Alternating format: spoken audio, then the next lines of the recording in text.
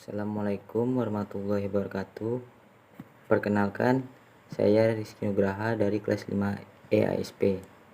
Di sini saya ingin menjawab UAS tentang manajemen budaya. Langsung saja.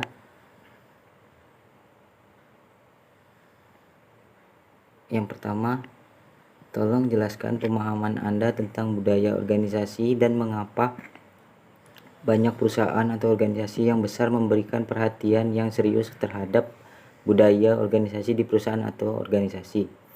Menurut saya, jadi budaya organisasi yaitu budaya yang menjadi ciri khas organisasi mereka masing-masing yang mencerminkan nilai-nilai yang diterapkan oleh setiap anggota organisasi tersebut, yang mana itu bisa berdampak dalam pekerjaan maupun aktivitas sehari-hari dalam berorganisasi.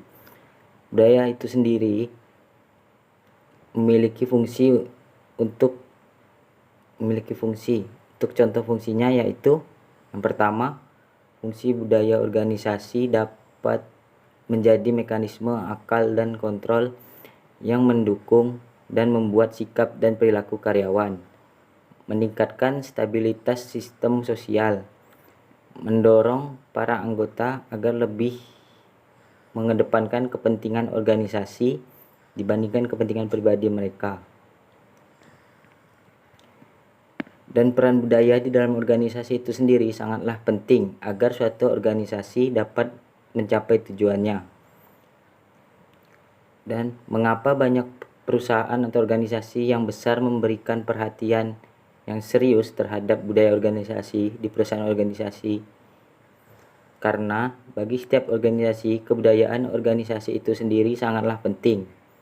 Maka dari itu setiap perusahaan atau organisasi lebih mendepankan budaya organisasi agar dapat mencapai tujuan bersama. Dan untuk yang selanjutnya, jelaskan pemahaman Anda tentang keberagaman dalam organisasi dan mengapa pimpinan organisasi harus memberikan perhatian lebih. Jadi, keberagaman organisasi menurut saya yaitu suatu kondisi yang mana merupakan keberagaman dari segi suku bangsa, ras, agama, budaya, dan gender. Keragaman yang ada di Indonesia adalah kekayaan dan keindahan bangsa. Maka dari setiap organisasi di dalam suatu keragaman yang berbeda-beda, namun keragaman atau perbedaan dalam suatu organisasi dengan keberagaman organisasi dapat memperoleh berbagai pandangan, kemampuan, dan berbagai hal untuk mengatasi permasalahan organisasi atau perusahaan. Dan pimpinan harus memberikan perhatian terhadap keberagaman dalam organisasi karena agar tidak terjadinya perselisihan antar anggota yang menyebabkan terjadinya perpecahan dalam organisasi. Jika terjadi perselisihan antar anggota, maka tidak akan bisa mencapai tujuan sebuah organisasi tersebut. Terima kasih, sekian yang dapat saya jawab, kurang lebihnya saya mohon maaf.